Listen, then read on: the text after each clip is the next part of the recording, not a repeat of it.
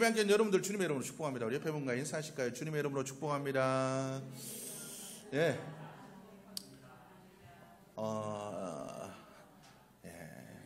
한 주간도 잘 지내셨습니까? 이제 날씨가 좀 선선해지는 것 같습니다. 여전히 저는 덥지만, 여러분들 이 선선해지는 이 기후에 여러분들 이제 여름에 못하였던 믿음으로 더 성숙해져 가는 이제 곡식이 과일이 익어가고 이제 풍성한 결실의 계절이 다가옵니다. 나에게 육신의 열매들뿐만 아니라 영적인 열매들도 맺어져 가고 있는가 돌아볼 수 있는 여러분들의 모습이 되셨으면 좋겠습니다. 우리 지난주에 말씀 혹시 기억하실지 모르겠지만 준비되었는가, 우리가 준비되어져 가고 있는가, 하나님이 쓰시기에 합당한 삶으로 준비되어져 가고 있는가를 돌아보자라고 말씀을 드렸습니다. 여러분, 이 악한 세대의 신앙생활은 우리에게는 어떻습니까? 세상과 역행해야 되는 순간들이 우리에게 늘 다가오게 됩니다. 왜요? 세상과 하나님의 말씀은 항상 부딪히기 때문에 그렇습니다. 여러분, 우리가 세상 속에서 잘되고 형통하기만을 바라는 건 말씀과 동떨어진 이야기입니다. 말씀대로 살려면 때로는 고난도 받아야 되고, 말씀대로 살다 보면 우리가 포기해야 되는 것들도 있고, 오히려 세상 사람들이 얘기하는 복보다는 문제 있는 삶이 될 수도 있다라는 거죠. 여러분, 노아도 그런 삶을 살았습니다. 그렇죠? 노아는 세상과 역행하는 삶을 살았습니다. 다 자기를 위해서 살아가는 그 삶들 가운데 그는 하나님의 말씀을 쫓아서 뭘 했습니까? 아라랏산 꼭대기, 산 꼭대기에다가 뭐를? 방주를 지었잖아요. 유익이 되지도 않고 이해도 되지 않는 그 일들을 감당했다라는 거죠. 그 과정 속에서 조롱과 수모를 수없이 당했을 겁니다. 우리도 그와 같은 조롱과 수모를 당할 수도 있다라는 거죠. 그 일을 있을 수도 있는 게 아니라 피할 수가 없습니다. 너 왜 그렇게 사니? 예수 믿는다고 하더니 네 삶은 왜 그러냐? 여러분, 그렇게 조롱과 수모를 피할 수가 없을 겁니다. 그럴 때마다 끝까지 수모를 견뎌내 그 가족을, 하나님의 뜻을 이루어낸 노아를 기억할 수 있기를 주님의 이름으로 축복합니다. 우리가 준비되어져 갈 때 우리의 삶이, 우리의 가정이, 우리의 교회가 구원의 방주가 될 줄로 믿습니다. 여러분, 우리가 준비되어지지 않으면 구원의 방주로서의 역할들은 끝납니다. 그럼 우리의 교회는, 우리의 가정은, 우리의 삶은 끝날 수밖에 없다라는 거죠. 그냥 세상 사람들과 똑같이, 그죠? 그냥 똑같이 소 몰고 밭 깔고 장가가고 시집가고 이것저것 사고 팔고 내 재산 증식하고 그냥 내일의 몰두에 살다가는 어떻습니까? 멸망을 피할 수가 없다라는 거죠. 나는 이런 위기의 때에, 이 심판의 때, 멸망의 때, 마지막으로 향해 가는 그때에 하나님께서 대안으로 준비해 두신 사람이라는 것 잊지 않으셨으면 좋겠습니다. 나는 노아와 같이 하나님께서 준비하기 위해서 세우신 사람이다. 하나님이 쓰시기 위해 준비되어진 삶이다. 나는 이것을 잊지 않고 살아가는 여러분들의 모습이 되기를 주님의 이름으로 축복합니다. 우리가 그러한 믿음의 삶으로 살아가는 자들이 되어야 될 줄로 믿습니다. 일론 머스크라는 사람을 여러분들이 아실 겁니다. 일론 머스크는 문제 해결을 할 때마다 항상 질문의 힘을 강조했던 사람이라는 거죠. 14살 때 더글라스 애덤스라는 사람의 은하수를 여행하는 히치하이커를 위한 안내서라는 책을 읽고 많은 경우에 질문이 답보다 더 어렵고 적절한 질문을 던질 수 있다면 답을 찾는 것은 쉬운 일이라는 그 사실을 배웠다라고 합니다. 세상은 답이 아니라 질문으로 움직입니다. 답은 어떻습니까? 질문하는 자에게 주어집니다. 우리는 그 질문하는 자들을 따라가는 사람들입니다. 여러분, 세상을 변화시키는 사람들은 질문하는 사람입니다. 왜 사과가 떨어지지? 왜 사과가 떨어지지? 왜 병에 걸리지? 왜 힘들지? 왜 이런 일들이 일어나지? 끊임없는 그 질문들이 과학을 발전시키고 세상을 발전시켜 나가게 된다는 겁니다. 여러분, 어떻습니까? 우리는 과연 이런 질문들을 영적인 모습에서도 질문하며 나가는 자들이 되어야 될 줄로 믿습니다. 우리가 영적으로도 우리의 삶을 향하여서 우리가 바른 영적인 질문을 나를 통하여서 나의 삶을 바라보면서 질문하지 않는다면 나는 어디며 어디로 와서 어디로 가는가? 하나님께서 나의 삶에 주신 삶의 목적은 무엇인가? 나의 사명은 무엇인가? 이런 것들을 끊임없이 고민하고 질문하고 나아가지 않는다면 우리의 삶은 헛된 삶이 될 수밖에 없다라는 것을 여러분들이 기억하셨으면 좋겠습니다. 여러분들이 그러한 믿음의 삶을 살아가셨으면 좋겠습니다. 우리는 끊임없이 질문하고 또 질문하고 살아가는 우리 모두의 모습이 되어야 될 줄로 믿습니다. 예수님께서도 끊임없이 그 제자들에게 답을 주시기보다는 질문하셨습니다. 너 왜 이런 줄 아니? 네 삶에 뭐가 더 중요한지 아니? 내가 왜 이런 비유를 들었는지 아니? 계속해서 제자들에게 질문을 던지십니다. 예수님의 그 질문에 답하면서 제자들은 성숙해져 갔다라는 겁니다. 여러분, 우리도 우리의 삶들 속에 질문을 던져야 됩니다.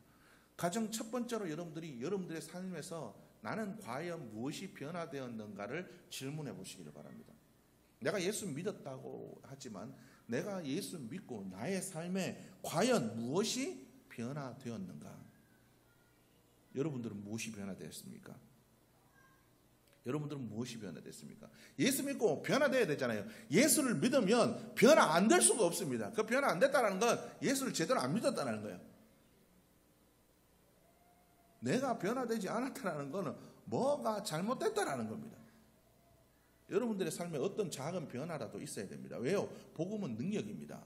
이 복음의 그 능력은 우리의 삶을 변화시키게 되어 있다라니까요. 작은 것이라도 변화시킬 수 있다라는 겁니다. 여러분, 우리의 삶들 속에 뭐가 변화되었습니까? 하나님이 저에게 주신 가장 큰 변화는 그런 것 같습니다.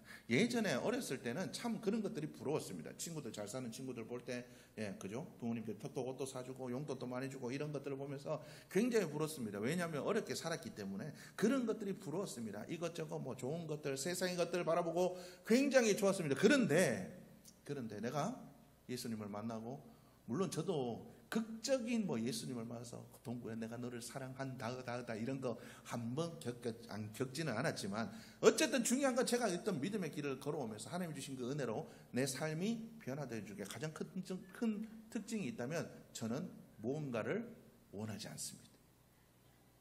세상의 것들이 부럽지 않습니다. 여러분 그렇게 보시면 여러분 그런 세상의 것들이 부럽지 않아요. 제가 세상의 것들이 부러웠다면 저는 목회를 못했을 것 같아요. 세상의 것들이 부러웠다면 목회를 못했을 것 같아요. 저보다 잘난 목회를 잘하는 친구들, 잘 나가는 친구들, 돈 많이 버는 친구들, 옆에서 이거 했다 저거 했다 이런 얘기를 들을 때마다 저는 부럽고 배 아파서 죽었을 것 같아요. 그런데 아무것도 부럽지가 않습니다. 그런 것들이 부럽지가 않아요. 여러분, 하나님께서 주신 우리의 삶들 속에 복음 바로 이와 같은 능력이 있다는 거죠. 자족하는 능력. 하나님께서 내게 주신 그 능력 중에 하나는 바로 자족하는 능력인 것 같습니다. 부럽지가 않아요.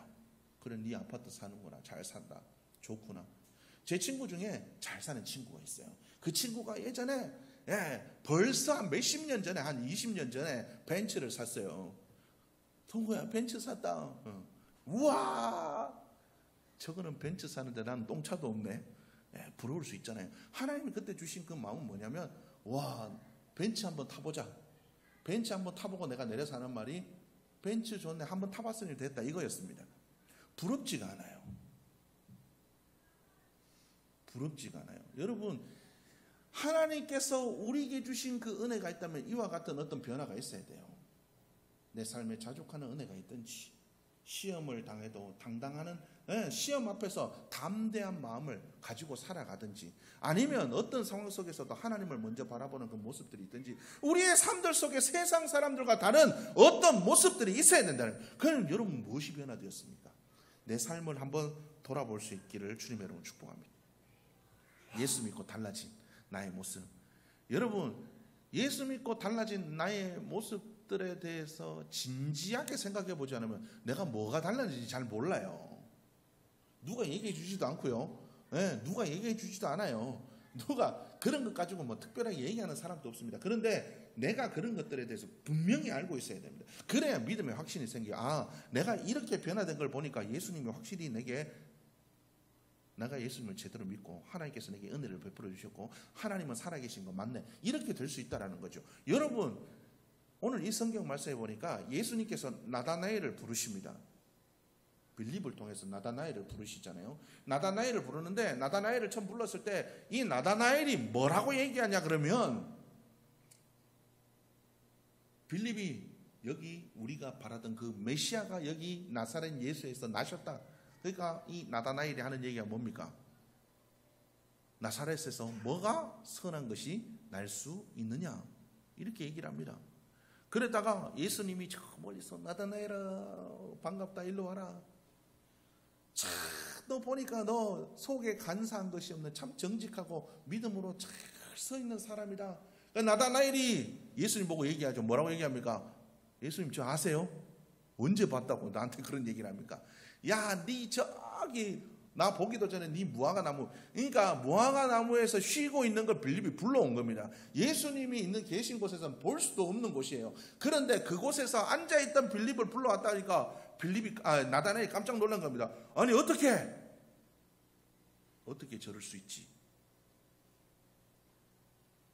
정말 하나님의 메시아가 맞나 보다. 남들 보지 못하는 그런 것들을 볼 수 있다니. 여러분 그 나다나엘을 갖다가 예수님께서 불러주셨을 때 나다나엘이 와서 예수님 라비어 당신은 정말 하나님의 아들이 맞는 것 같습니다. 이렇게 고백을 하고 있다라는 거죠. 예수님을 만나면 이와 같은 변화의 모습들이 분명히 있다라는 거죠. 그런데 중요한 건 여러분 나다나엘을 향해 예수님께서 뭐라고 얘기하냐면 나다나엘아 내가 너를 무화과나무 아래 있을 때 내가 너를 보았다고 하는 것을 보고 그것을 네가 듣고 나를 믿느냐? 네가 앞으로는 더 큰 것을 보게 될 것이다. 여러분 우리가 하나님 안에서 여러분 어떤 기적과 이적과 역사를 체험하는 것, 여러분 그런 것들을 바라시지 마시기를 바랍니다. 물론 체험할 수도 있습니다. 그러나 그것이 우리의 믿음의 근거가 되지 않습니다. 여러분 이적과 역사나 일어나지 않으면 그 이적과 역사가 일어나지 않으면 우리의 삶들 속에서 뭐가 의심이 일어나게 됩니다. 똑같은 이적, 이걸 이루신 하나님 왜 이건 안 이루시지? 여러분 우리가 그런 것들을 우리의 믿음의 근거가 되어서는 안 된다는 거죠. 예수님께서 얘기하신 건 뭐냐면 나다나엘아 네가 그런 것이 믿음의 근거가 되어서는 안 된다라고 이야기를 하고 있다는 거죠. 뭐라고 얘기하냐면 네가 뭘 보게 될 것이냐? 너 예수 믿게 되면 나를 믿게 되면 뭐가? 천사들이 오르락내리락 하늘나라로 올라갔다 내려갔다 하는 것을 보게 될 것이다. 이게 무슨 말입니까? 죄로 인해서 막혔던 하나님과 우리의 관계가 회복되어질 것을 이야기하고 있다는 거죠. 우리의 믿음의 근거는 하나님과의 관계입니다. 여러분 이것만이 우리의 믿음의 근거가 되어야 됩니다. 여러분 다른 것이 믿음의 근거가 아닙니다. 여러분 부부 사이도 그죠? 부부 사이에서 선물 사랑한다 그죠? 사랑한다 말만 하고 선물 막 갖다 주고 그죠? 이거 좋은 거 해주고 여행 다니고 여러분 이런 것들이 사랑의 근거가 되어서는 안 된다는 거죠. 그러고 뒤에서 바람 필 수도 있잖아요. 그렇지만 부부간의 진정한 사랑은 뭐가? 관계에서 오는 겁니다. 서로를 향한 철저한 신뢰와 믿음의 관계에서 온다는 거죠. 예수님 그런 것들을 이야기하고 있습니다. 어쨌든 중요한 건 내가 과연 이런 믿음의 근거가 있는가? 이런 믿음의 근거가 어디서 나옵니까? 하나님과의 바른 관계에서 오는 나의 삶의 변화가 믿음의 근거가 된다는 거죠. 그래서 우리는 자꾸 질문해 봐야 됩니다. 내 삶에서 나는 뭐가 변화되었지? 이런 게 변화되었구나. 하나님과의 관계에서 하나님께서 내게 은혜를 주셔서 이런 것들이 변화되었네. 이게 내 믿음의 근거가 되는 겁니다. 여러분 그래서 우리는 끊임없이 우리의 삶에 질문하면서 살아가야 됩니다. 복음은 예수님이 우리를 위해서 이루신 일들에서 비롯됩니다. 여러분 복음이 다른 게 아닙니다. 복음은 우리가 할 수 없는 하나님만이 주실 수 있는 그 은혜로 이루어져 나가는 것들을 복음이라고 얘기합니다. 원수를 사랑할 수 없지만 사랑하는 것, 이해할 수 없지만 믿는 거, 사랑할 수 없지만 사랑하는 거, 그렇죠?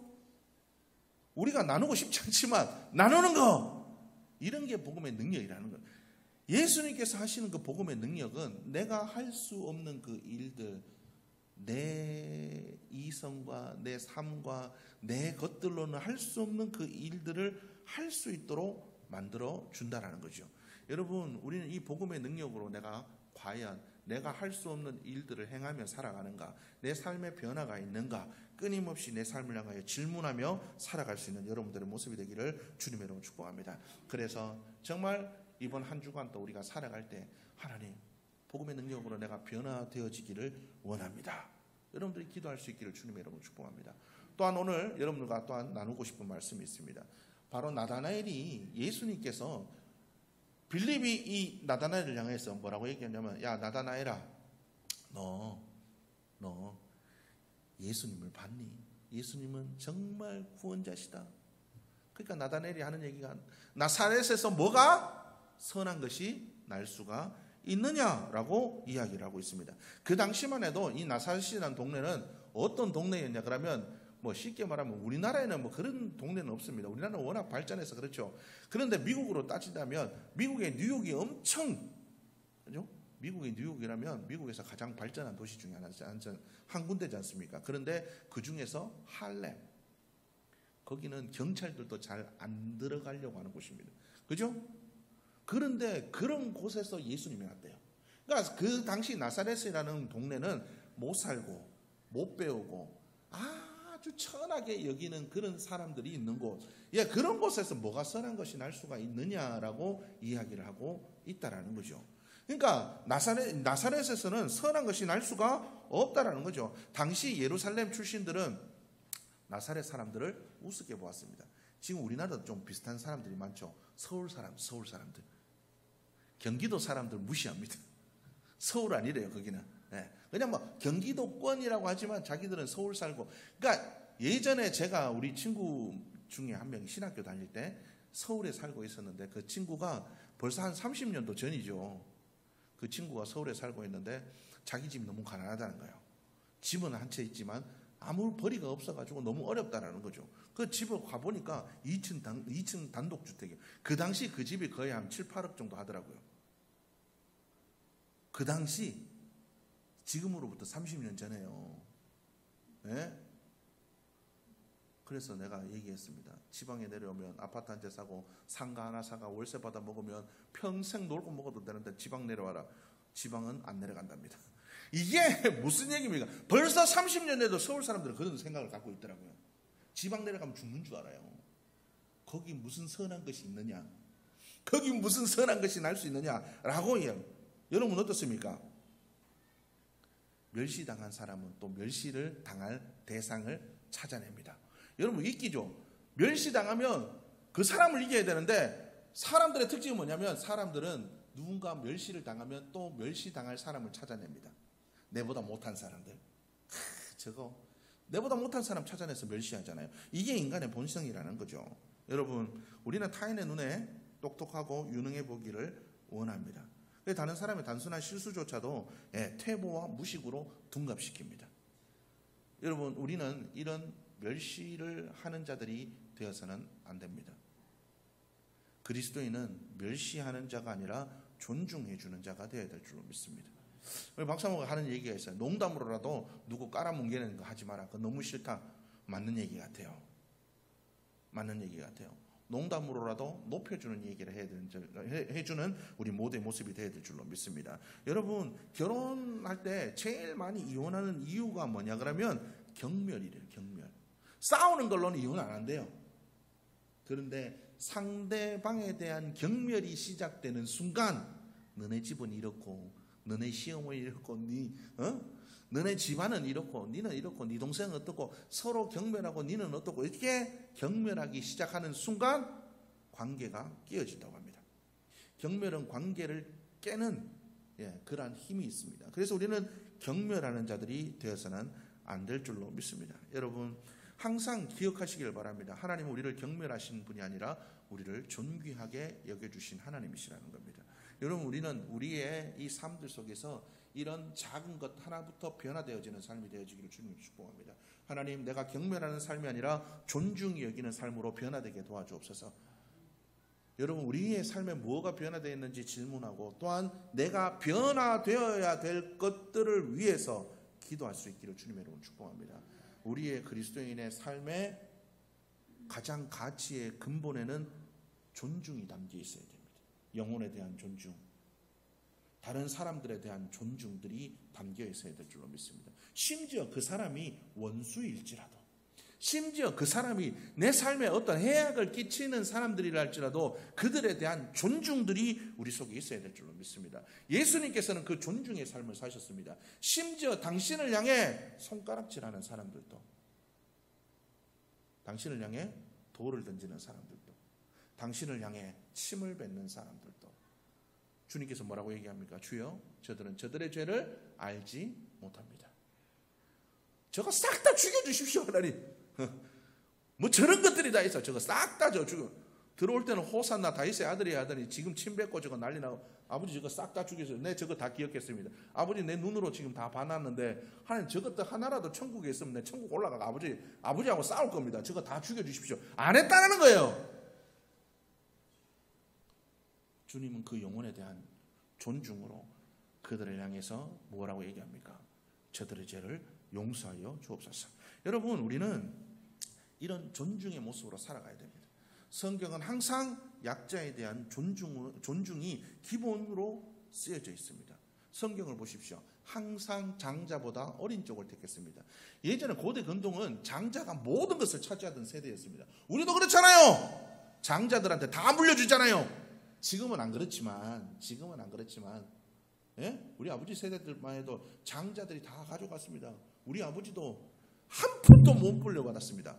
우리 큰아버지 작은아버지도 논떼기 밭떼기 받아가지고 집도 받고 뭐도 받고 있는데, 예, 우리 아버지는 하나도 못 받았습니다. 오히려 장가 갈 때 뭐 해놓으라 그래가지고 집에 뭐 해놓고, 예, 이렇게 가셨답니다. 이게 말이 안 되는 얘기죠. 여러분, 예전에는 다 그렇게 살았어요. 그래서 과거에는 다 장자 우선주의. 그런데 성경은 그 장자가 아닌 어디요? 여러분, 에서가 아닌 야곱을 하나님 택하셨습니다. 가인이 아닌 아벨을 택하셨습니다. 여러분, 하나님께서는 항상 약자들을 생각하셨습니다. 우리는 항상 존중의 마음을 가지고 살아가는 자들, 약자를 존중하고 어린 자를 존중하고 힘없는 자들을, 가난한 자들을 존중히 여기며 살아가는 우리 모두의 모습이 되어야 될 줄로 믿습니다. 예수님도 예루살렘 출신이 아니라 나사렛 출신으로 오셨어요. 낮은 자로 이 땅에 오셨다라는 겁니다. 이 말은 뭡니까? 낮은 자를 존중하셨습니다. 성경에 보면 아이를 못 낳는 여인들, 이 여인들은 저주받은 여인들입니다. 그러나 성경은 이 저주받은 여인들을 택하셨습니다. 아이를 낳지 못하는 사무엘의 어머니 한나를 택하셨다라는 겁니다. 아이를 낳지 못하는